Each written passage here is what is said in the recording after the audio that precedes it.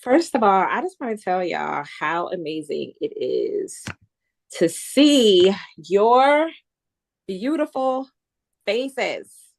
I have missed every face that is on here, and I need y'all to know that to me, this is a family reunion. It's a family reunion.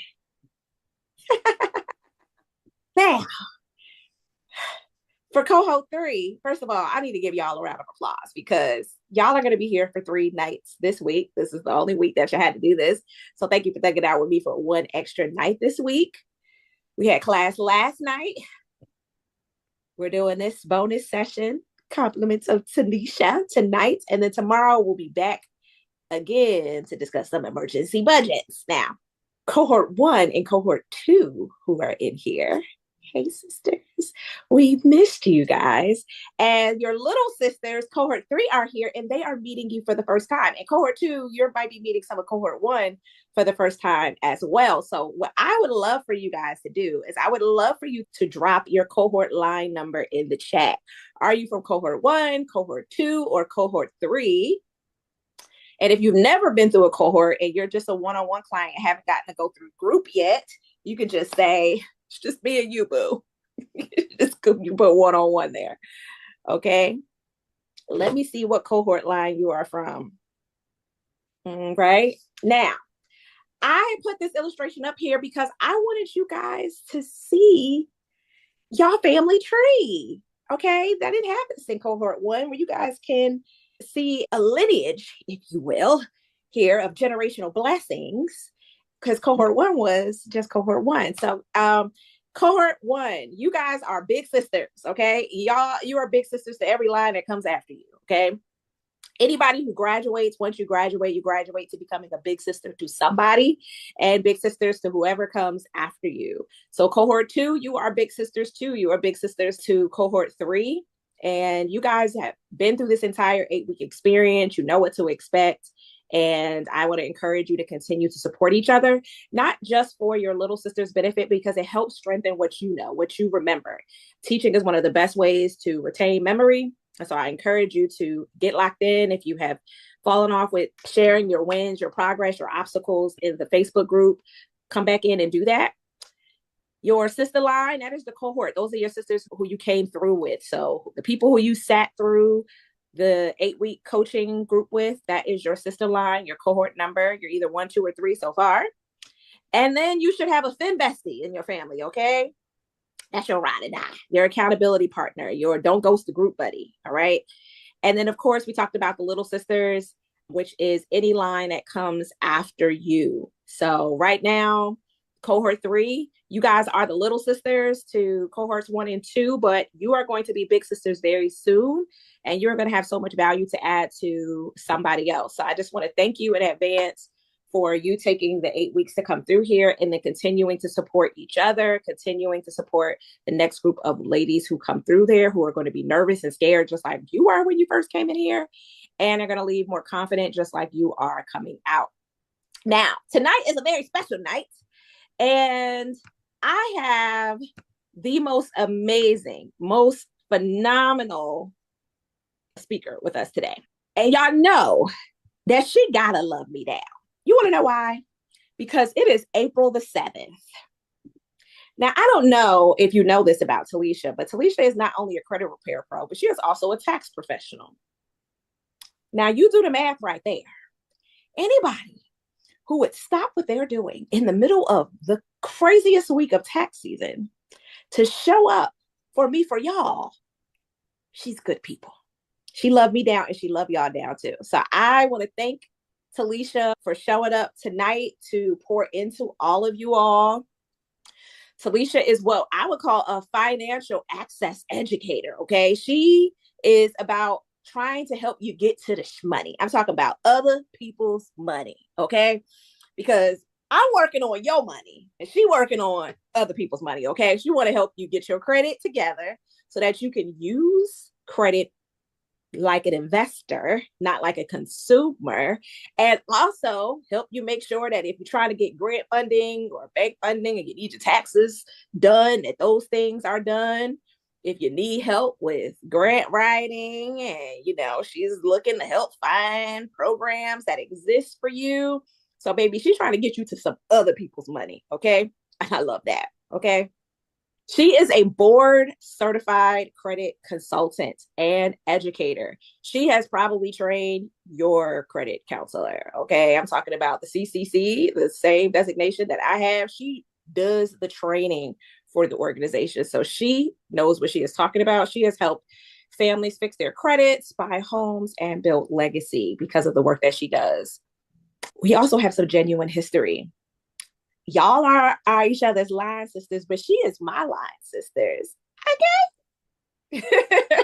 She is my line sister in Ada Atlanta, and we met both speaking. We were both financial professionals speaking at a women's conference, and we linked up, and we ain't let go since.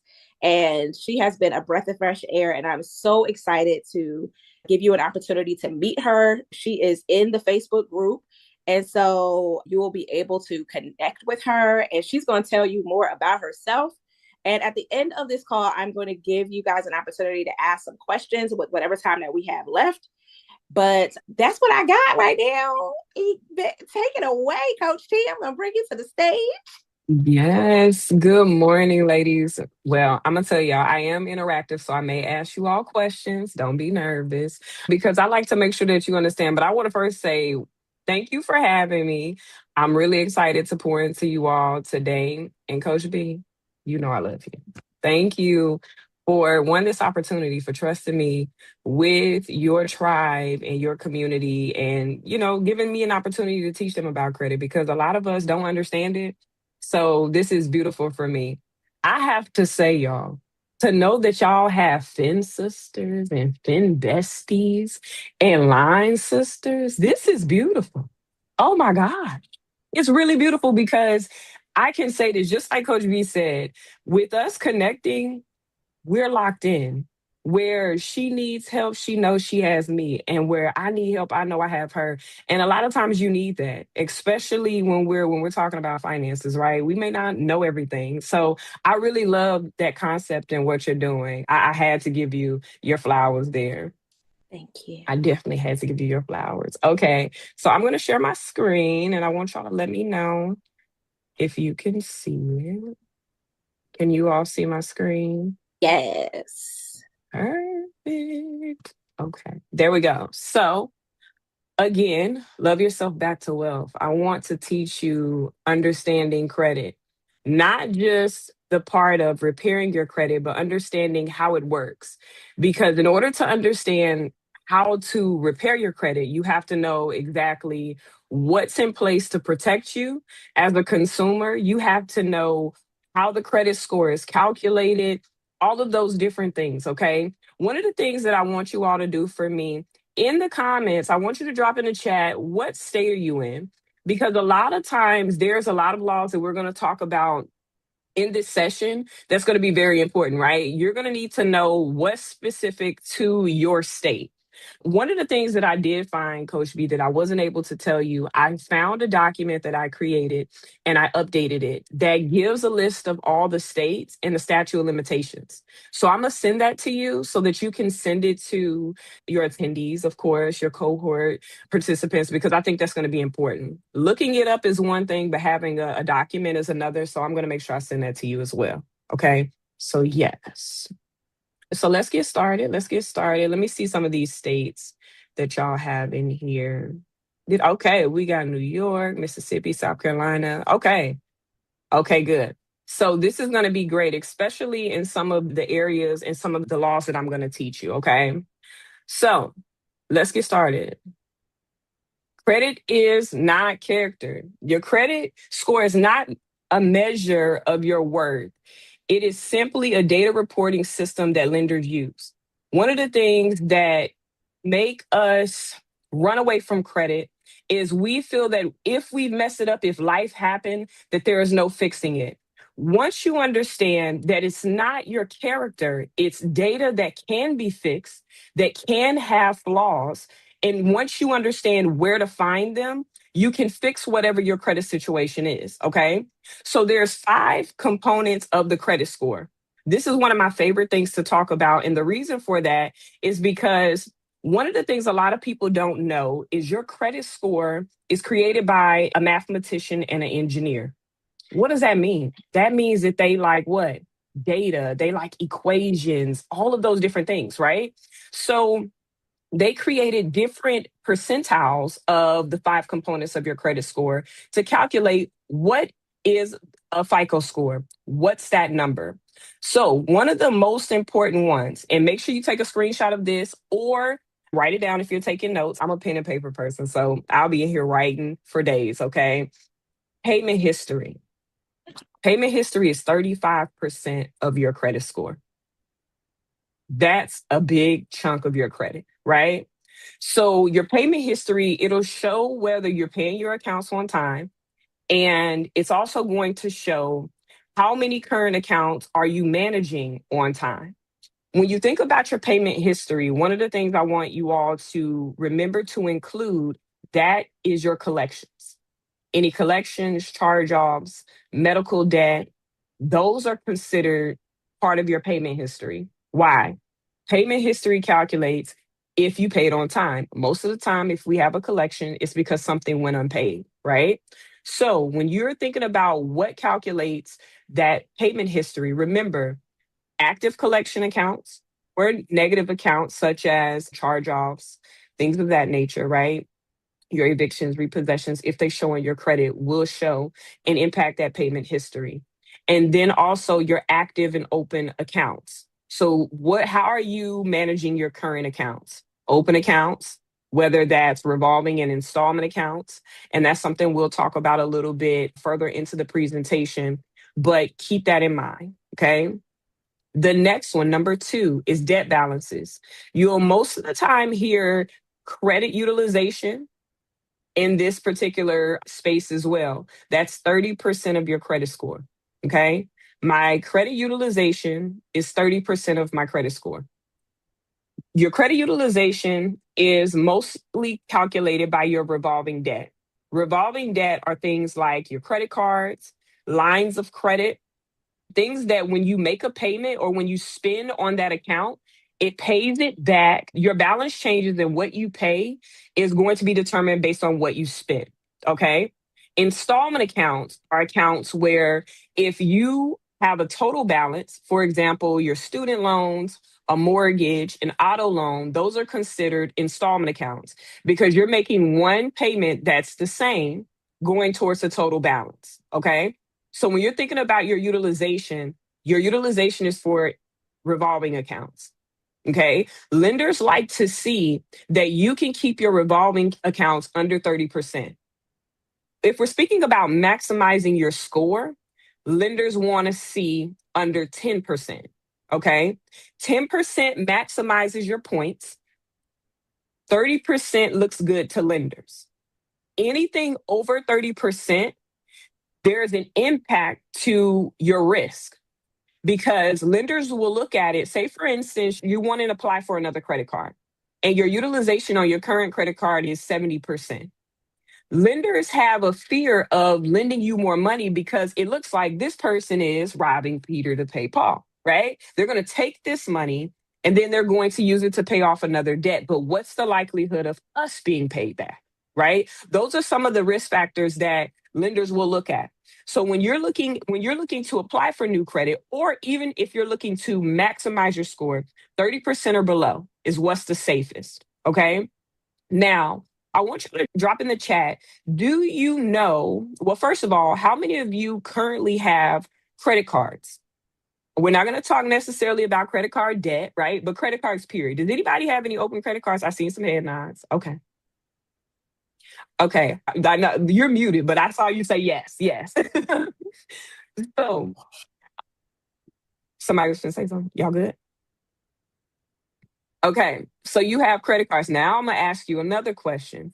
How many of you know what your statement date is? Not your due date, because we all know what day the bill is due. How many of you all know your statement date?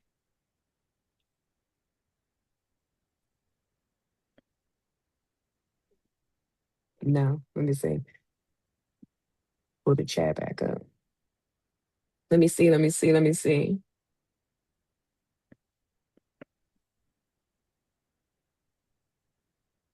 I love it. Okay. So, statement date. Your statement date is different from your due date. Okay.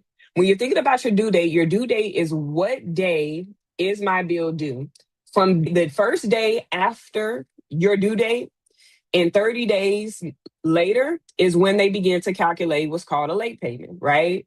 I'm pretty sure if anyone has ever had a late payment, you see that late payments can take your score over 100 points. Why? Because of that 35% that we talked about with factor one, right?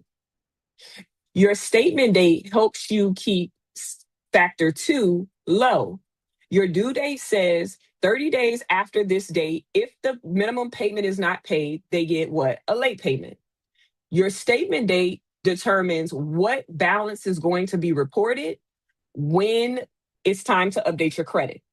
So, for example, my due date could be the 15th, or it could be the 17th, and my statement date could be vice versa, right? If you pay your balance under 10% by the 48 hours before the statement date, what happens is by the time it's time for it to report, it's going to report that lower balance. Okay. So that's just a gem I wanted to drop because I see a lot of people talk about making multiple payments to lower to because of multiple payments reporting to your credit. It's not that it necessarily assists you with those two payments. It's going to help you with that utilization and that payment history. So in that case, it's helping you with 35% of your score and it's helping you with 30. Okay. Good? Y'all good? Perfect. So the next one, 15%, that's your account age. How long have you had credit, right? Your account age is determined based on an average of your oldest account to your newest account. One of the things that you'll know, any credit specialist will tell you, you don't want to continue opening up credit. What happens is it thins your credit age and then it could lower your score. Why? Because to lenders, you have a lot more new debt, so they don't see how well you can manage that new debt. Lenders like to see longevity. They like to see relationship building because that's how they make their money, right? Based on those relationships. So when you're thinking about the length of credit, always think about that when you're looking to apply for new credit. And I know one thing that Coach V talks about a lot is making sure that you're in a space that you can. We always want to do that, but also from credit standpoints as well, make sure that you can handle it from a credit score standpoint, right? Because it will lower your score if you're getting a lot of new revolving accounts. Okay. The next two are both 10%. So we have payment history, that's 35%, utilization and debt balances, which is 30%, account age and also length of credit, which is 15%. And then the next two is 10%, both each. Okay. So new credit is also considered your inquiries. How often are you applying for credit? In order to maximize your points in new credit, you want to have a single digit of inquiries. Five or below looks better. Okay.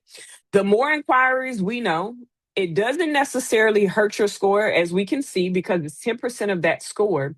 But what can happen is if lenders see tons of inquiries, if you have 20 to 30 inquiries, you could find yourself in a situation where lenders say this person is in dire need of credit, which could consider them high risk. Okay. Another thing that I do want to drop as a gem for you all is FICO scores. FICO recognizes multiple inquiries for the same type of product in a specific amount of days as one inquiry. For example, if you're looking, because of course, FICO understands rate shopping. You know, you're normally not going to go with the first thing that you're approved for. You want to make sure you have the best interest rates. You want to make sure you have the payment that you can afford and that's within your budget, right? So FICO recognizes that. What they do is if you have 14 inquiries within a 14-day time span while you're looking for a vehicle, FICO recognizes that as one inquiry, where a Vantage score, which is more of a shopper score, may not, right? So always keep that in mind when you're applying for credit. What you do want to understand is you can remove inquiries that are not associated with an account, okay? Because you did not get extended that credit.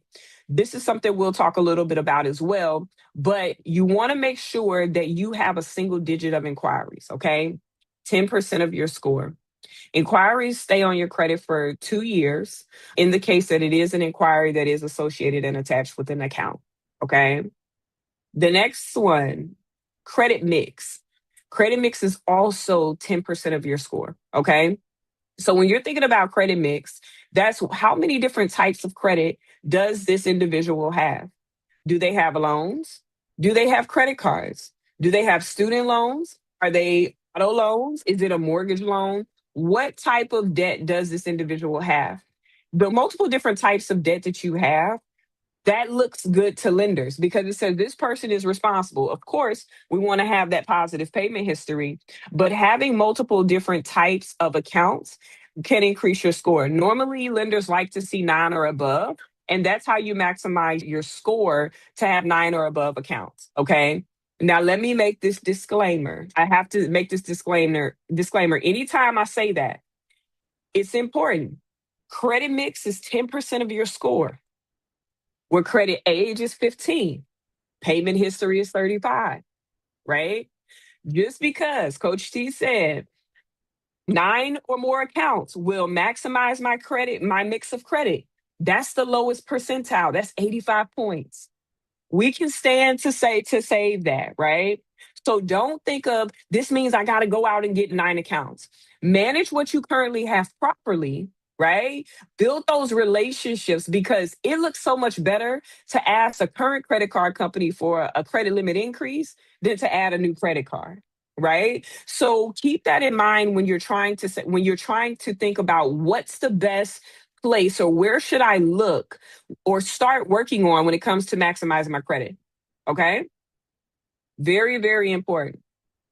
Anybody have, oh, I said we're going to do the questions because I'll get excited and we'll ask. Never mind. Okay. So, next thing we're going to talk about, which is another one of my favorite parts, right, is understanding your credit reports. Okay.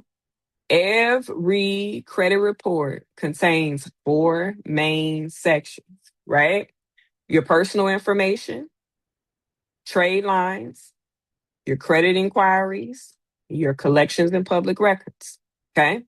So I always like to look at and consider your personal information as the who, right? Is this person, right? When we think about the credit report, your credit report is your report card. Your credit score is your GPA. Okay. Remember that. If you want to remember how can I consider my credit score? My credit score is my GPA. My report is my report card because I made this grade, but inside of my credit report determines what I'm excelling in and where I need work, right? So keep that in mind. So who are you? That's your names, addresses, and employment history. One of the pieces of homework that I have for you all today is if you don't currently use credit, and even if you do currently use a credit monitoring system to monitor your credit, I want you all to go to annualcreditreport.com. Okay. If we had time, I promise you, I would have y'all do it on the call. But I want you to go to annualcreditreport.com. Okay. And Coach B, I would love, if it's okay with you, I want them to, once they go and they look at their credit report, if they have not already, I want you to tell me what you see and how you feel after this session. Okay. Because one of the things that you have to remember when you're looking at your credit report, we look at our credit reports as us. But we're not the one extending ourselves credit, right? We're not the one calculating and generating our score. So you have to look at your credit report as a lender. How does lenders see me, right? So think about this. If you have the who of your credit report, your names, addresses, and your employment history, right? Your date of birth, your phone numbers, things of this nature. If you have 4 different name variations, 12 addresses, 16 different phone numbers, 14 employers. They literally have all your employers on there since 14. You have not worked at that company since high school, middle school. You have all of these different things on there. If you were a lender looking at that and not knowing when you were at this employer or when you had this number or if you had this number, right? Because their expectation is that you monitor your credit. You know what your credit is. So their expectation is that whatever they see, you're aware that it's there. Knowing that, if you looked at your annualcreditreport.com and just started with the first few pages of your personal information, and you've seen all those different variations coming from a lender standpoint, what would you think a lender would think of you?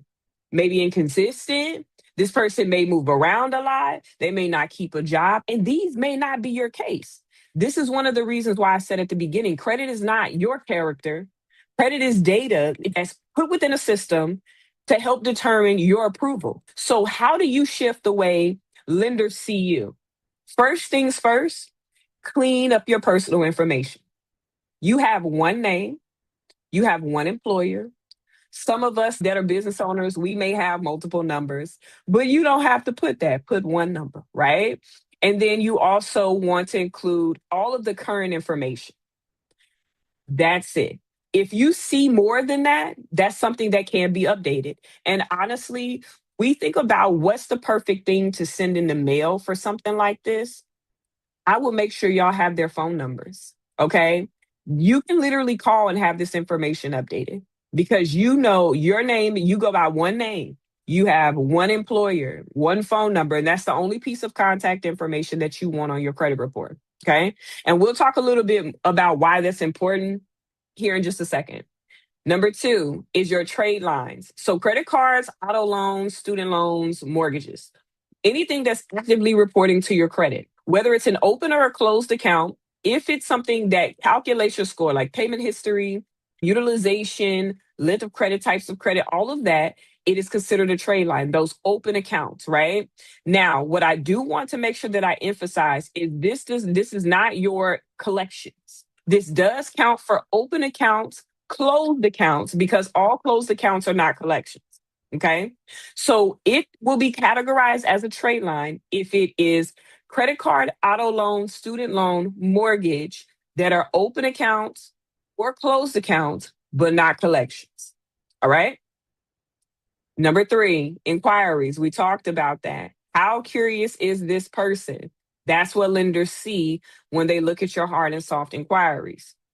When you pull your report with annualcreditreport.com, you will see that it'll show you both your hard inquiries and it's going to show you your soft inquiries.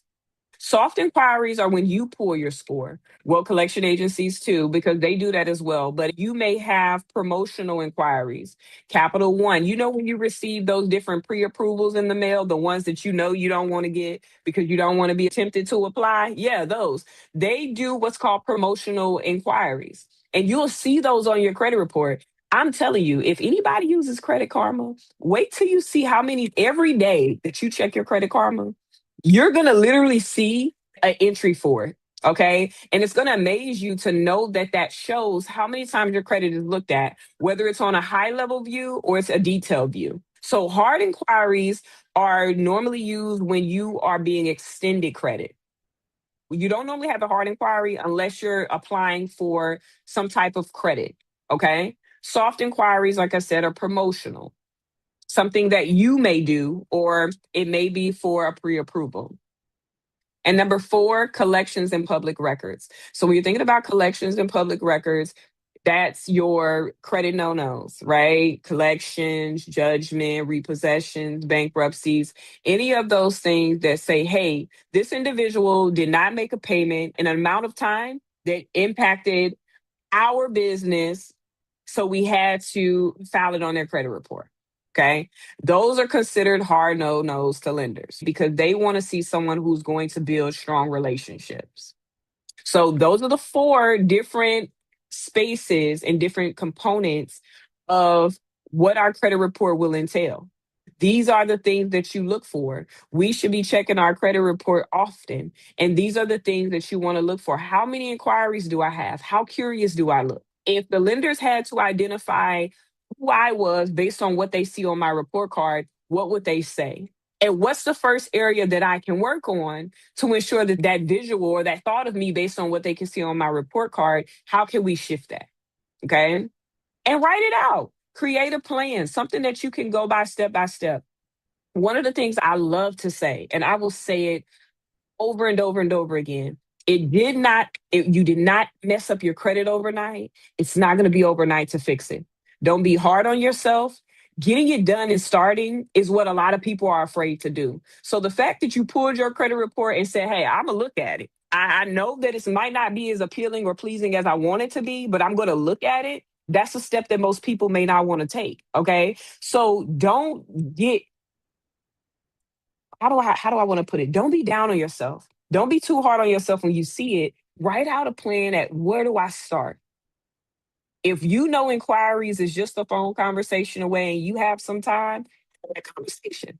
Something that can be changed quick, right? So just keep that in mind. And remember, this is the same. Think about it like how you often check your kid's report card. I am on Power School every day.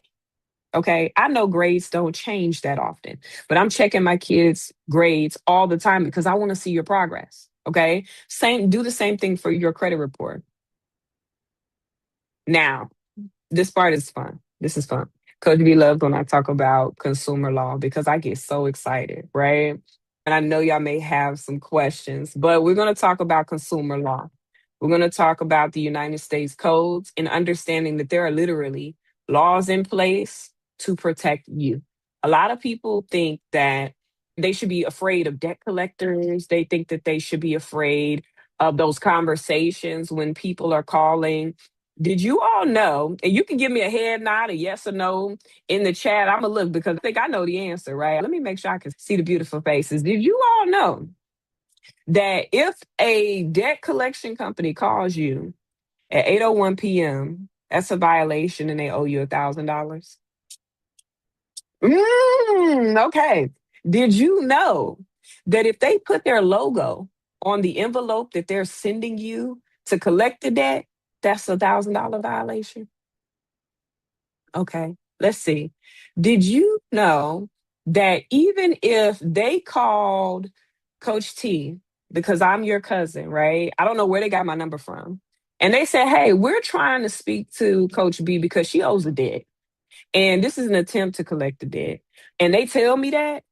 Do you know they owe that's $1,000 violation? I got an even better one. Imagine them calling and you say, I don't want to talk. Please don't call me again. And they call you again the next day or the day after, the week out after, that's a violation. If within the first 5 minutes of the phone conversation you have not heard, this is an attempt to collect the debt and any information obtained shall be used for that purpose, that is a violation of your rights. And that is a violation up to $1,000. I could go on and on and on, right? But these are the pieces of consumer law that you have to know, right? At the beginning, I told you that you have to understand credit in order to know how to fix your credit, right? Let me explain it to you. So think about this. Imagine if a collection company that you owe $500 to, they call you and they talk to you for 10 minutes, right? And they never tell you that it's a new person. He never tells you it's an attempt to collect a debt. Never says it. And you say, oh, what was your name again? And then you remind him that he didn't say it. And then you send him a letter advising him that he violated your rights. Do you think that they're still going to fight you for that $500 collection that you owe? They owe you. And in your instructions, this is why it's important when it comes to even disputes. In your instructions, you advise them of that. I not only want you to stop all collection attempts of this debt, but I send them an invoice for what they owe you for those violations, the same way they send you an invoice, right? The United States codes, the consumer law, is not the debt collection law. There's a law for that. That's not what it's for. It's in place to protect us as consumers, okay? So many people don't realize that. But when we think about it, I'm going to go through some of them with you all so that you'll know, right? So you have some of the things that it gives us the right to is disputing inaccurate information. So a lot of stuff that we see on our credit, we know. I've seen names that I have never been, it's never been on my birth certificate, on my credit report. We shouldn't have to live with that. If that's not who you are, that's not who you are. So these are things that we can dispute. There's a law for that. Requesting validation of the debt. If you're saying that I owe this, show me how. There's a law for that. They're required to investigate and they're required to investigate within 30 days. There's a law for that, right? And they have to ensure that they are reporting accurately. So today what we're going to do is we're going to focus on three of them because like I said, there's a lot of different consumer laws that you can go into and that you can learn, but it'll take us forever. Start here because these are the ones that are most important and where you see the most violations. So look, y'all gonna be credit specialists when y'all get done. I might have to scoot over. Okay. So thing one is the Fair Credit Reporting Act. Let me make this disclaimer to y'all, okay? I have to make this disclaimer because if I don't make this disclaimer, then you'll come up to a law that you're looking up and that you're researching, and you're like, I really don't know what that means, okay? So anytime you see any act, it's going to tell you exactly what it's for. Fair Credit Reporting Act, Truth in Lending Act, Fair Debt Collection Practices Act. Think about that. It's telling you exactly what it's for. So in this case, we're looking at the Fair Credit Reporting Act. What do you think that's looking for? Is the information that's reporting on my credit fair and accurately reported? Okay. So one of the things that they have to focus on is the accuracy. The information that is reporting has to be accurate. There is no question about that. It is required for it to be 100% verifiable. If it is not, it has to be removed. There is no gray area there. It's literally black and white. Number two, you have the right to dispute. Okay. Consumers can dispute incorrect information. So if you don't believe that information is true, if you know on a collection that you owe them $800, but they only put five, it's inaccurately reporting. It's inaccurately reporting. Those are the things that you have the right to dispute. Any debt you have the right to dispute. A lot of people think about credit repair and they think about repairing their credit as I know I have this debt, I can't dispute it. That is not what the Fair Credit Reporting Act says. It gives you the right to dispute. It gives you a right to ask for validation. What's required of a debt collection company is for them to have the information to show that what they're reporting is accurate. If they don't have it, they got to delete it. So don't do their jobs for them. Ask them for validation, right? Show me if you're saying this is what I owe, that this is how much I owe. Okay. And number three, investigation requirements. So credit bureaus must investigate disputes within 30 days, not 60, not 45, not 90. You have 30 days to respond. If the information cannot be verified, it has to be corrected or removed. So if you say that I owe this amount, you have to be able to verify that, or you have to remove it or correct it and be able to provide that proof, right? Even down to the payment history. A lot of times when you're thinking about working on your credit, those different late payments, stuff of that nature. I had a client, I'll give y'all an example. She started working on her credit and she got a late payment during COVID, but the late payment was reported for the wrong month. Because during COVID, there was a lot of things going on for a lot of people. There was a lot of programs that was happening. And so the month was wrong. She didn't even realize that the month was wrong, right? Because the information was incorrect and they couldn't find proof of that late payment, they wiped both. So she gained 100 points back for something that they just couldn't verify, right? So asking those questions, we have a right to ask those questions. Keep that in mind, okay? And if you want to take a screenshot of this or write this down, very important. FCRA Section 611 provides you with your right to dispute. Hint, hint. If you say, I'm ready to start even sending a letter for myself, FCRA Section 611 tells you your right to dispute. Do your research. Okay? That's one of your starting points. Now, number two. Number two is the Fair Debt Collection Practices Act. Now, I committed to not being on this section for 30 minutes, and I think I got it. I promise. I get really excited. Okay. One of the things that I want to tell you, your Secretary of State website is extremely important when you're looking to repair your credit. Why is that? Because if a company calls you and they tell you this is an attempt to collect the debt within 5 minutes, if they call you within the right hours and they're not harassing you, one other thing could happen. They could actually not be licensed to collect in your state. And you can use your state Secretary of State website to determine that. Look up the debt collection license and see if it's active. You can actually look up their business license and see if it's active and verify it with the information from the company that's reporting or attempting to collect. Because imagine being able to send a friendly letter that says, hey, I see that you're saying I owe this debt, but I see that you're not even licensed to collect in my state, nor do you have an active business license in my state. I don't think you're liable to collect on this debt. Do you think they're going to collect on that debt? Probably not, right? These are also things that open up for us to be able to sue credit agencies like they sue us, right? Because you have to make sure you're keeping documents of those conversations. Document how many times they call you. A lot of people don't know, and we'll talk about this right now. Even when it comes to debt collection, no, we're not, because it's number two. So I'm going to start with the harass or threaten you first because I almost got excited, okay? So the FDCPA, it regulates third-party debt collectors, right? One thing that they cannot do is harass or threaten you. They cannot tell you that they're taking you to court. They cannot tell you that you're going to jail. They cannot call you an excessive amount of times.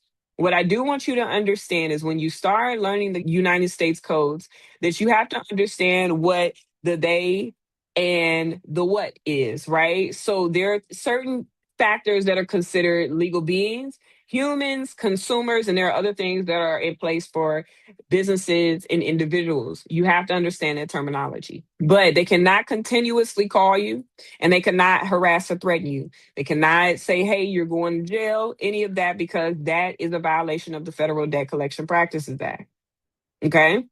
Number two, this is the one that I was going to tell you about, calling excessively. You cannot call over and over and over again. If they've contacted you on Monday, they have to wait at least 5 days before they can call you again. And that's business days. That does not include the weekend. Okay. If they've called you twice in a week, that's harassment. Who is the person that can determine what is harassment? Is it a judge? No. Is it the person doing it? No. It's us, right?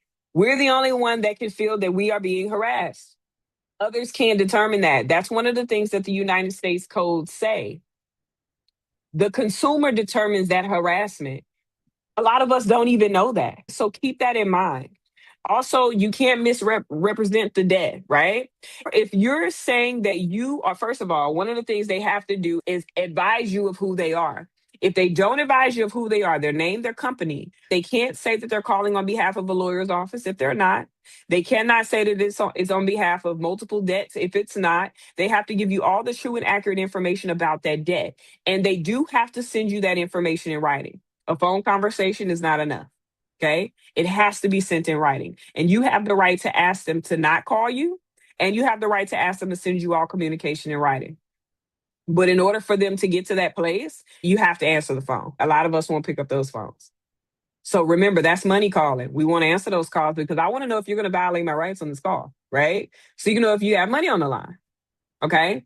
And then they can't use deceptive practices. You cannot contact the consumer's employer. You cannot contact their family. You cannot do any of that. Why? Because that's a violation of your right to privacy. Because it's a violation of your right to privacy, that is deceptive practices. Okay. They cannot automatically run your car without your consent and permission.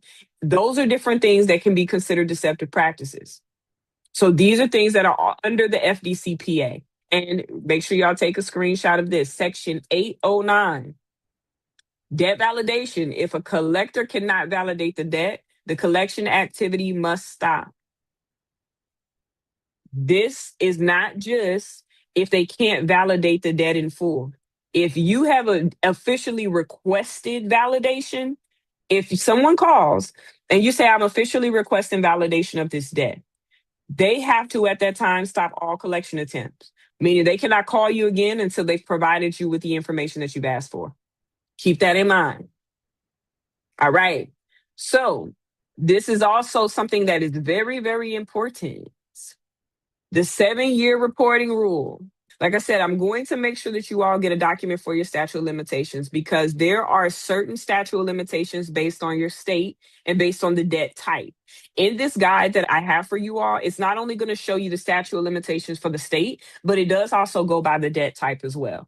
Okay. So you'll know what the difference is for bankruptcy. You'll know what it is for that state for medical debt collections and things of that nature. So I'll make sure I have that for you all. So most negative accounts can only remain on your credit report for 7 years.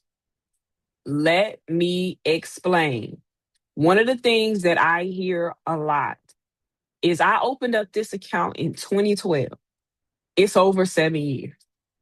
I opened up this account in 2016. It's over 7 years. That 7-year reporting is not based upon when you open the debt. It's based upon when the delinquency was opened. So if a collection agency reported it to your credit 60 days ago, that 7-year cycle recycles. What does this mean? If you have a collection that is sitting on your credit and it's at literally year 6 and 11 months, you got 30 more days. Hold out. What could happen? You could find yourself in a situation where because that debt collection company is still within the statute of limitations, they'll go and sue because boom, now this individual is disputing this debt. And think about it. Do they still have that information after 7 years? Right? Also, that's a time where they may sell the debt. If they sell the debt, what happens? That time frame recycles. So keep this in mind, especially when you pull your credit report and you're looking. I had this account when my child was first born. They're about to be 13. That's not what it's considered by. It's considered by when that delinquent account hits your credit. Very, very important.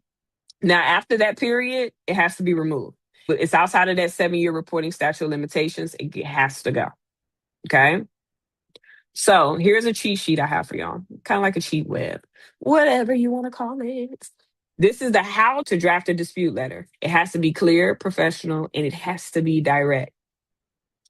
One of the things that I get all the time, and I tell my community this because I try to teach this part of credit as well, because there are some things you may be able to do on your own. There may be things you can say, look, I don't think that's for me. This is the components and the steps that you want to make sure and the things that you want to make sure is in your dispute letter. Identify who you are. Of course, your personal information has to be on there, right? Who are you? Where can they respond to? They want to know, how do they respond to you? If you don't give a return address, they won't know where to respond. You want to identify the account. State the creditor and the account. Who are you disputing on the behalf of? Or what account are you disputing? They need to know the name.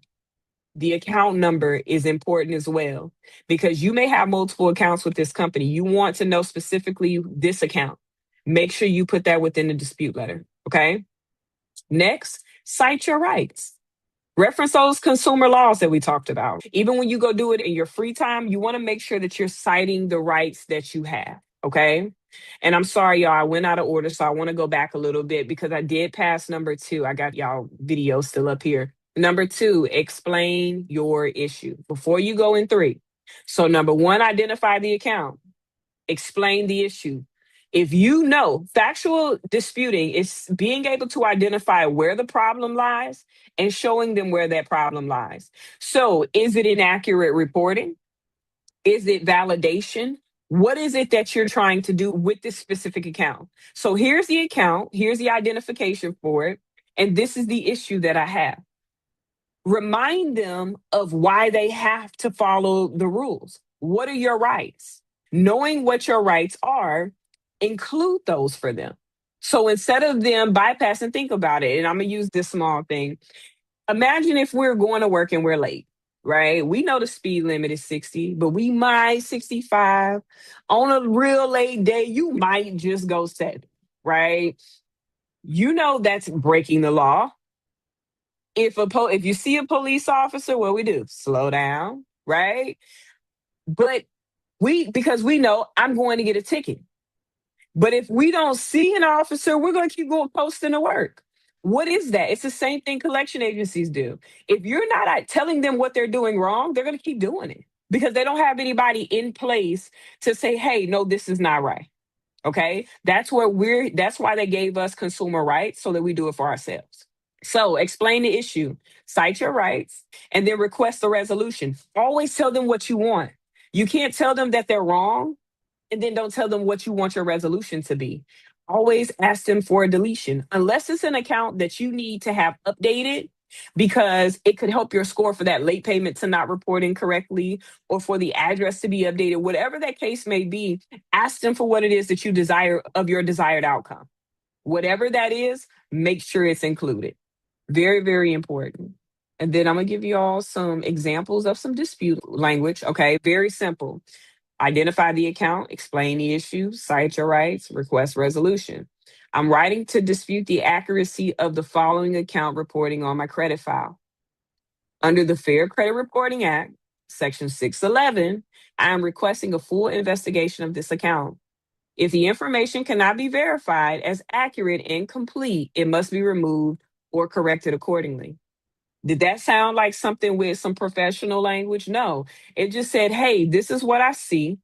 This is what the issue is. This is the resolution that I would like once you figure out what's going on. You have to realize we have the right to repair our credit. Even credit repair companies to have to not violate your rights. We have rights that we have to abide by as well. So keep that in mind. You're more powerful than you think. Way more powerful than you think. And that's literally it. I really appreciate y'all for listening. Of course, I teach credit a lot. So if you are looking in your work, you're looking to start working on your credit, or you say, hey, I'm actually interested after hearing some of the things that you talked about today, Coach T, I want to learn more. Please follow me. Any social media platform you can find, it's the same. Talisha Chonece, okay? I want you all to ask those questions. Come join, learn something, and start working on your credit, because this is the one thing that even if we weren't taught it young, we can learn it now. And if credit is nothing that you have to be afraid of, it's literally something that can take you to the next level. And like Coach B said, I want to teach you how to find the money, whether it's business or personal, right? And we got to have the credit to do that. So make sure that you make credit a priority for you as well, and make it a priority to learn it. So not only can you learn it for yourself, but you can teach your family and friends as well. Thank y'all. Thank you. Thank you. Y'all, can we take a moment and just give Coach T some love? Because didn't I tell y'all it will be worth it? It'll be worth it if you come up on this Tuesday. I know we normally meet on Mondays and Wednesdays. You just book this time off. It will be worth showing up for. Did she deliver? Was she worth it Tuesday? Y'all tell me, was it worth it? Like, should you have slept in or should you have showed up? Let me know. Tell me who learned something new today. Tell me who learned something new today. Who feels like they came in here and they definitely learned one thing they didn't know? Tell me one thing. Tell me. I see some hands up, some hearts going up, some hand claps. Snuck out of work for this. Come on.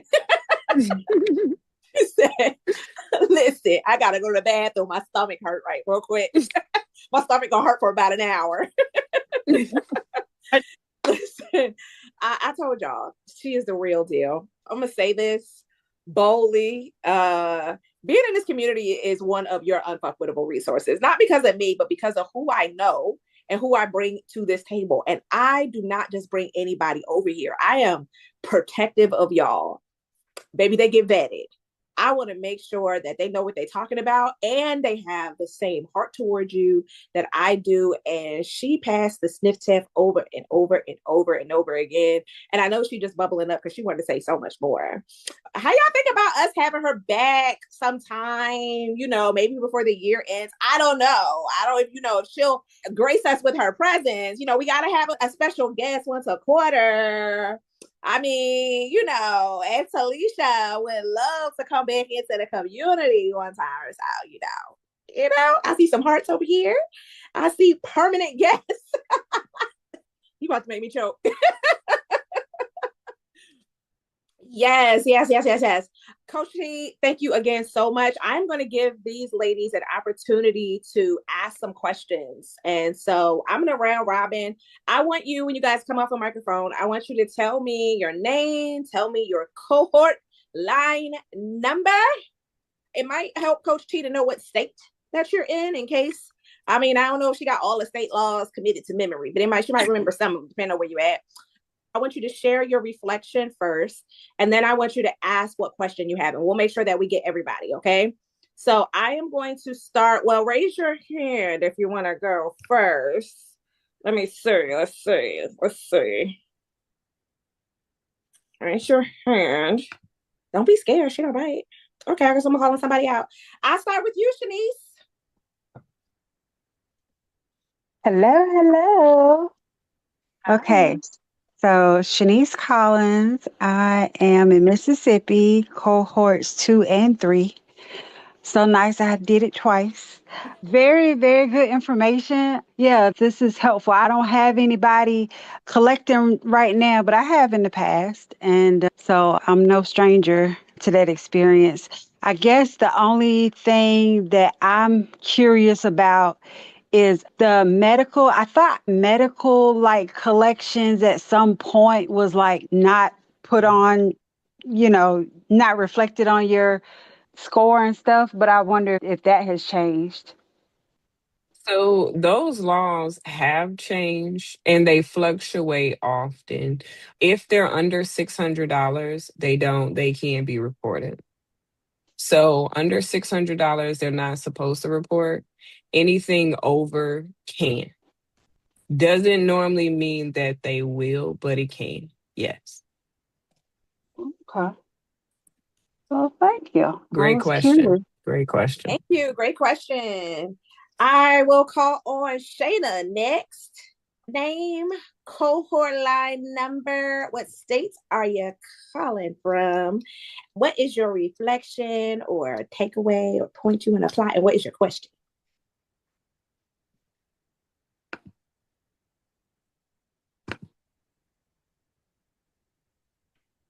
Mm-hmm. Shayna, can you come off mute? I think she was there. I think she said her throat hurts. Oh, that's right. Okay. You put Mhm. that in the chat, my love. If you change your mind, let me know as well. I'll come spin the back block on you. I will go to LaDawn next. LaDawn, are you still hiding out or are you back? Might not be able to come off of mute too. If there's anybody who can't come off So mute, I this is go ahead, Lakeisha. Lakeisha. Go ahead, Yeah. Lakeisha. Hey, I'm cohort 1. This information is very eye-opening. Although you visited us too in cohort 1. Wait, I don't know if did we do Yeah. a Zoom or was it on the I had a live. We had a live Okay. series, so you probably Okay. saw her when we were on YouTube. Hmm. Yes, yes. But today, I was driving, but the information was very eye-opening that I was over there getting excited with you, like, oh, they owe you up to $1,000 if, Hmm. XYZ, XYZ. It's just that I never knew about, and just hearing those options, or well, not options, but those laws for us to protect the consumer. I really like that the first young lady asked about the medical, because that was my understanding as well. But I knew right now with this administration 47, I did hear that they were trying to, add that back on. But you explained it well. Thank you for saying, okay, under $600, basically you're good. Over, then, Absolutely. it could be.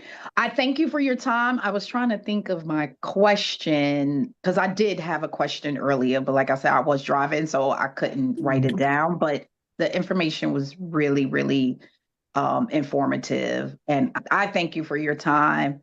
I thank you, Absolutely. Coach B, that you guys connected and, sharing each other with us. Mm, And if my question comes back, I'll pop back in and please. come off And if you mute. have the question and it comes later, I Mhm. am free to reach out. Let me know. You may even find it browsing on my page because I talk about credit a lot. So if it does even pop up later, don't hesitate to find me and I'll definitely get an answer for you. Okay. Yes, thank you. Thank you. Please Appreciate do. that. Thank you. Just put in the chat if the question comes back to you. Also, I've been taking notes in the chat for y'all, ADHD friendly help. And so if you didn't get to see all the presentation while you were driving, maybe some of the notes, I missed a couple of things, but maybe a couple of notes are in there that might jog your memory. Shayna dropped in the chat. Shayna, she's from New Jersey, cohort 3. Her takeaway is just go for what you know and don't be afraid to collect the facts. State the facts and get your credit under control because we deserve to have excellent credit. Thank you for that I charge love that. assignment. I know, right? I feel like it wrote together. Beautiful. Collect the facts, state the facts. Okay. I'm excited to learn more and crush my goal in business credit. So she's working on her business credit. Thank you, Shayna. That was such a good thing. And something I wanted to say about Lakeisha's statement about not knowing about the $1,000. Why would they tell you that? Like, it's not commonly known because they don't want you to know. If we found out that you could get $1,000, you know how fast people ran up that PPP? Be on Okay, it. they don't want you to know. That's why you don't know about it, because then you actually exercise your right and go collect that money. And then they probably change the law somehow, some way. Yeah. Okay, next I'm gonna go to Erica, if you can. And let me know. What do you want me to say? I'm sorry. Name, what state, what cohort line you are, any reflections, and then your question. Okay, I'm Erica. I'm in Virginia, cohort 2. Well, my question. Reflections and Oh, questions. reflections. Oh, this was very insightful. But let me tell you something. They better hope I don't start recording these conversations because I need a couple thousand. So let me find somebody to harass me real quick. I told you, y'all gonna answer every spam call and everything. Hello. No, but yeah, I thought that was great. I do use Credit Karma, so I kind of follow that pretty heavily. I wish I had known this. Gosh, I could have had at least 10,000, at least. Mhm. But thank you for this. I don't really have a question, Absolutely. but thanks. Thank you, Absolutely. Erica. She's like, man, if I could have paid off a car. You just start thinking like all the things that you could have done with those collectives. Yeah. Literally. I did see a question in the chat. Is it best to settle a debt or pay it off? That's a great Ooh, question. it sure is. And I would say neither if you're not asking for a pay for delete. One of the things that I like to explain is collection agencies are not required to remove anything from your credit. If you paid it, all they have to do is put that you paid it. If you settled it, they put settled. If I'm going to answer this question from a lender standpoint, lenders don't care to see settled. They want to see it was paid in full. To be honest, they don't want to see it at all. So your best bet is to ask for a deletion, whether you're calling to say, hey, if I'm paying this debt that you may just say that I owe, will you all remove it? If they say no, you should start disputing. If for whatever reason they could provide that validation, then of course you can go, but I would recommend paying it in full at that time, even if that means you have to do a payment plan with them, right? Because paid in full looks better than settled. It does not mean that you cannot receive funding or capital or whatever the case may be. But remember, you're looking at your credit like lenders look at it. So if I had to choose between two people, same credit score, one has a settled debt, the other has a paid in full, who am I going to go at? Who am I going to be more likely to be approved with? Does that make sense? Great And let me one. know if that answers your question. And should you take their word for it? If you talk on the phone with them and they're like, yeah, we'll delete it. Send it to me in writing. And once you do that, I got you. And what I always recommend before you settle any debt, send a validation letter. Because what could happen is that very debt that you was going to pay with your income taxes, they have to remove it because they don't have anything you're asking for. They just so happen to call you because they know taxes is coming around. They may just get something extra and then they start to collect. You send that validation with the expectation of paying, you may not have to pay it because they still are required to provide you that. Once they provided you the validation, then send them a request to delete if you pay it, but not before. Great. Thank you. That was a great question. I got another question. Once you paid a settled debt, can it be removed before the 7 years? Sure can. It has to go through disputing. right?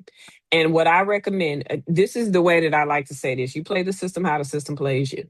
So if you know that you've paid it on Monday, by Monday afternoon, you need to be sending a dispute letter because you got proof that what they have reported is not right. Don't give them 30 days to fix it. You go ahead and fix it yourself. You have the right to do that. This is inaccurate. It's paid in full. Go ahead and do it for them. They're not going to do it. Go ahead. You can do it for them. And you have the right to do that. So, yes, sometimes you may have to correct it and send those requests. But even if it was settled, you would have to ask for a request or validation or going into the dispute when it comes to how to remove it because the company might not. Great. Jessica, I think you are connecting to audio. Can you tell? Can you hear me? She said she sent me a message. Okay. All right. I'm going to come back to you, Jessica. I'm going to come back to you. All right. Let me see. The order has changed. LaDawn, if you got questions, put it in the chat for me. I see you went back to work. Madison. Okay, yes. Cohort 3, South Carolina with my bestie Tori. I don't know where she went though. I think she might have had to go. Yeah, overall, I would say I really enjoy learning about the consumer protection laws. That was very insightful, and now it's made me curious because the amount of phone calls I get per day is ridiculous. Like, I'm actually going to make it like a personal project to go back through my call log and see who is calling me and when. Because if you called me more than once that week, I'm on that. Need that, okay? Mhm. Um, Mhm. so yeah, I would say that was my biggest takeaway. I had a question and it escaped me, but I think it was related to that. Oh, that was it. So what should we say or not say when we start to answer these phone calls? That's the question. Like, what should you say and what should you not say to kind of not put yourself at risk and possibly get the upper hand? So I heard some Mississippi, I heard some South Carolina. So I have to say this: turn the Southern hospitality off. Okay. I can say that because I'm from Tennessee. So I have to say this all the time because with my clients from Tennessee, we turn it really bad. What does that mean? Don't allow yourself to do the collection agency's job. This is what we'll do. We'll get on the phone with the credit bureaus and we'll say, hey, I want to update my personal information. Now, yes, I did live here, but that was years ago. That's my mom's address. No, that was my granny's address. I had to live there for a minute, and then they're just, right? So then we get this a notice back that says, hey, we're not removing any of this because it's accurate. And we don't understand why. Credit bureaus, collection agencies are for-profit companies. They get paid for what's reporting on your credit. So that means that they're not removing it at their leisure. You're costing them money. That's why it takes them so long to respond, right? That's why they make it so difficult. So when you're disputing or even having these conversations, a phone conversation with a collection agency is simple. You don't validate your name, you don't validate your address, you don't validate anything else. Think about it. If I called you right now from my office, I will be calling you from an 800 number. It's 833 GROW LLC. If you want to try it out, give it a try. And you're going to hear my company's auto system, right? So if someone that you can be on Zoom with right now that has the same power and capabilities in my business to offer the same thing, anybody can call you, right? There is a thing called spoofing. There is a thing called spamming. So numbers can be masked. It's not your job to verify your information. You're not calling you, they're calling you. I'm not going to do your job, right? I don't feel comfortable giving you my personal information on this phone because I don't know you. And I would like for you to send me whatever you have in writing. That's going to make me comfortable. Well, can you confirm your address? I cannot. Why? Because you should have it. You're attempting to collect the debt, right? You have access to my credit report. These are pieces of information that you can get. Now you know you've had a conversation. That was an official request of validation. It's time for them to send you that, and they have 30 days to do it. If by then your investigation processes work, right? So never over give them information about you because they should have it if they're collecting on a debt. Also, do not say that it's yours. Because if you say on the phone, think about it, even if you're validating, or you say, oh, well, I don't feel like that amount is right. You just validated that the debt is yours. Their job is to validate that it's yours. If you tell them that it's yours, what did you do? Their job, right? We don't want to do that. It's always best to send all of your communication in writing. That's your track record. It upholds in court because you can sue them how they sue you. And then you haven't given them enough information to stand on. Okay. So just remember it like that and think about it like you're representing yourself. Your lawyer would say, don't talk to anybody, no matter what that's for. Don't talk to anybody, send them through me, right? Your response is, I'm not talking to nobody. I send it through writing. So that way you have time. And honestly, I think this works really good in a way for us women with ADHD, right? I don't want to have this conversation with you right now because I don't have the mental capacity to do that. If you send it to me in writing, I know that Coach B is about to have this, what we call it? We're Paper having our envelopes. Boom. We're having our paper party, right? And I'm going to look at it then because I know it's next week. It gives you time to process what it says and what your next steps is. See, I went on a rampage about that one, but that was really, really important. And I know one thing we will do is explain ourselves. Women too, right? Just us as women, we naturally explain ourselves. So that could cause an impact to your disputes and it could cause an impact to your credit as well when you're trying to. I love that question. I got so many follow-up thoughts, and I'm gonna come back to you, make sure you have all your questions answered, Madison. But first of all, the ADHD factor, because talking to them can be intimidating. You got the RSD possibly coming up, the emotional dysregulation coming up, the poor working memory coming up, and all of those things can impact your ability to have the conversation well. And so being able to give yourself the space to recalibrate, to write it out, to think it through, to maybe even run it by somebody who has a second set of eyes, can give you the confidence to actually submit it. That is very, very ADHD friendly. It is you tapping into like level 2 support, is being honest about what you need and choosing to do that. Now, you might need to support with that follow through. And this is where you tap into maybe your accountability bestie or your coach and say, this is something I'm supposed to be sending through. Make sure it actually happens. And if I don't, challenge me about why I'm not doing it. What's happening for me? God, there were so many good points that you brought up about them calling and why would you validate those things. I think one of my follow-up questions was when you are validating the debt, when you're asking for validation, that phone conversation is enough of a request for validation, or does it have to be in writing? No, if they've called you, I would like you to send me a validation of that. You can even say this is an official validation request, and they cannot call you. They cannot email you. They cannot text you. They can't even put a letter in the sky via jet at all. No indirect or direct communication after you have given an official request for validation. So if you want collection agencies to stop calling you, tell them that you want to validate the debt. They legally can. That's another $1,000. See, look at that. Mm-hmm. Right. Mm-hmm. Love this. I love this for you guys. Madison, go ahead. I'm sorry. No, that's okay.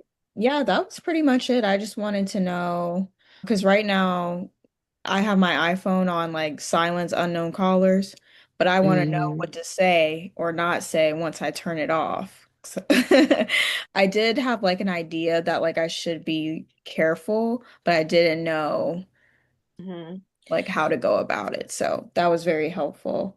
Madison, I'm gonna challenge you to write a script and then tag Talisha in the group and just ask her to give a second set of eyes and to give you some perspective. And I'm asking you to do that because your script might help somebody else who might need to do the same thing. Okay. That would be perfect. All right. I got some more questions in the chat. Let's see. Shayna said, I have an email stating that the account is resolved and satisfied. Should I ask for a paper letter that specifically states it's paid in full and will be removed from the reports? And I'll give you her second question after that. Yes. If they said they were going to remove it, that email does not suffice. And if it's been over 30 days and you haven't gotten it since satisfying that debt, you need to call back and put some pressure on them. If for whatever reason they give you any pushback and you know that they said that, I would encourage you to send a certified letter to them that says exactly what you're saying here. You all committed to removing the debt upon completion of payment. That has not been done, and it has been exactly this many days. My credit report still shows, you can even put a screenshot and a copy of it, right? My credit report still shows it on there and it shows it unpaid. I need you to update this within the next 14 days. Give them 15 days. I was gonna say, I guess the question for me for Shayna is, Mhm. did you actually confirm for them that they would remove it before you actually resolved and Paid it. paid it? Hmm. So that's the question there. Her other question is, and I have one more card to pay off, and it looks like the same company that I paid the store card off. I see what's happening here. We got collection companies versus the original creditor, probably, with now has the account. So I guess they feel like I paid it off through the company and sent my account to them. Oh, I know Talisha will have a field day with this one. Go crazy. Okay. Oh, yeah, that's perfect. So in that case, you don't have to do any of that. All you have to do is take that confirmation that you paid the company, they accepted your payments, and that you don't owe. A simple validation fixes that. Why? Because they have to validate that they owe you. Once they send back validation with whatever bill, with whatever agreement or whatever they send, you can send back the proof and documentation that it was paid off. Why should you take that step versus an average phone call? You can call, but they could give you the pushback, put you on hold, transfer you a million times. If you sent that two-way conversation, you now have enough information to take them to court. To be honest, that's when those invoices come in. Why? Because I asked you about this. You told me that it was valid. I showed you that it wasn't. So now I'm going to send you the invoice because I gave you a chance the first time. If not, then now that's definitely disputable. It honestly is because you have proof that you don't owe it. So for you, facts for facts, send the facts with it.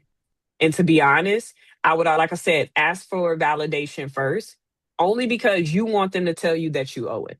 That's how Mhm. you pull that violation.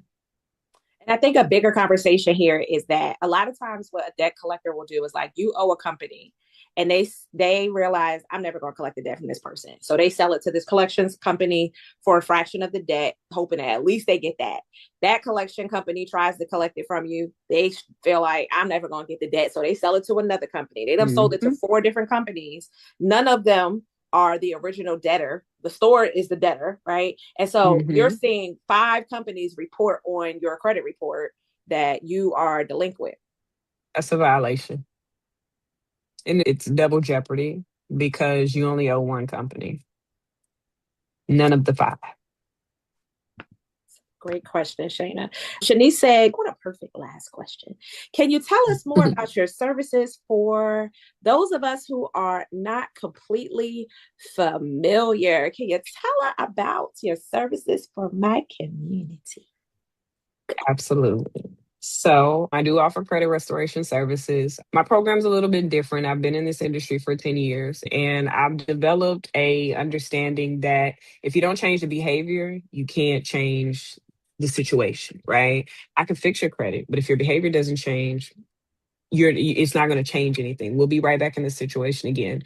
So my program is a little different because we don't just do the credit side of it, right? Similar to your cohorts, we have those sessions where we talk about your credit. I teach you your credit. There's a course that you can take as well.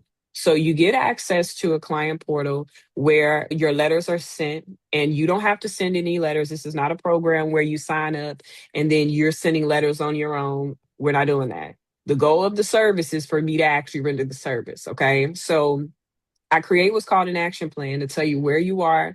Now, listen, these are credit action plans. So y'all don't get me in trouble. If Coach B told you to do one thing, this is just for the credit score standpoint. Don't say Coach T said don't do that because y'all going to get me in trouble.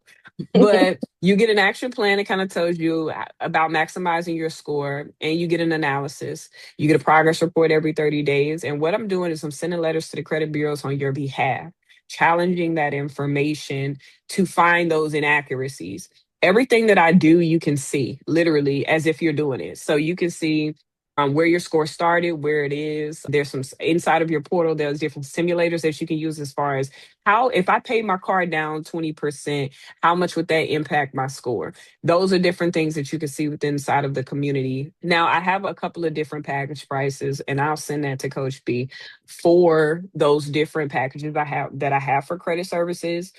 One of the things that I love about my program is I have a 120-day money back guarantee. And that comes with my confidence in myself and my business, right? If I can't remove anything from your credit within 120 days, I'm refunding the money that you paid in the program. That's no risk, high reward. One of the beauties of it, within my time, I have not had to refund anybody in the 10 years that I've been in business.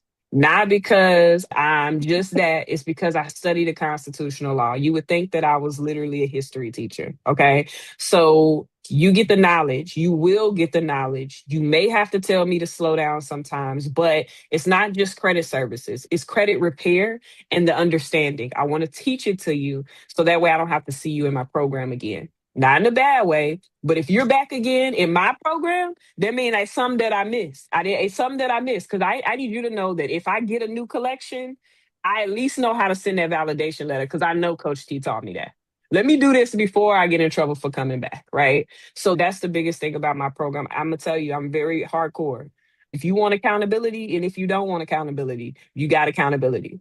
I'm going to ask questions, I'm going to follow up, and I'm going to ask again, okay? So coming to my program, I will tell you, be ready to work because you're on a mission, you have goals, and my goal is to help you get there. Okay. And combined with Coach B, it's nothing that y'all can't accomplish. You just got to put your mind to it.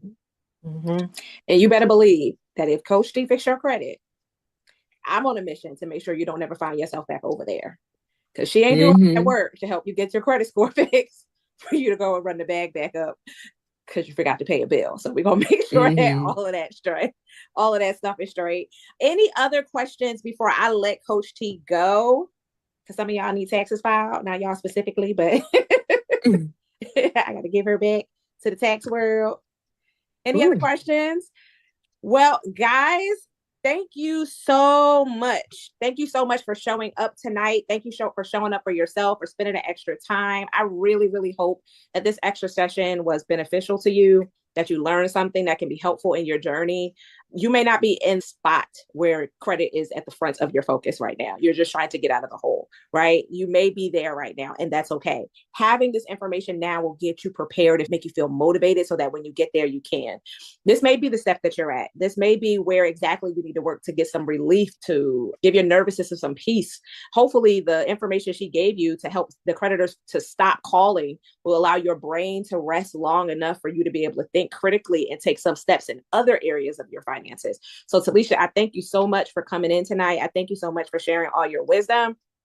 I'm telling you, I asked her for some very specific things that I thought would help for you guys to learn today. And she over delivered as always. She gave y'all arm jaw with credit law and everything that I knew would be helpful to make you guys be able to take the next step with improving your credit, whether it is your personal credit or your business credit. I encourage you to follow her on all her platforms, engage with her, stay connected, locked in, key with her, because if you can't tell, we both cut from the same cloth. Neither one of us are very serious. And so if you like a good time, if you like me, you're going to like her too. Okay. So that is it for tonight. My cohort 3, I will see you in class tomorrow night at 7:00. Cohorts 1 and 2, I hope I see y'all in a Facebook group, hyping up your little sisters and asking questions if you got them. And that's it. That's all for tonight, guys. Yes. Thank you, ladies. Have a good evening. Good night.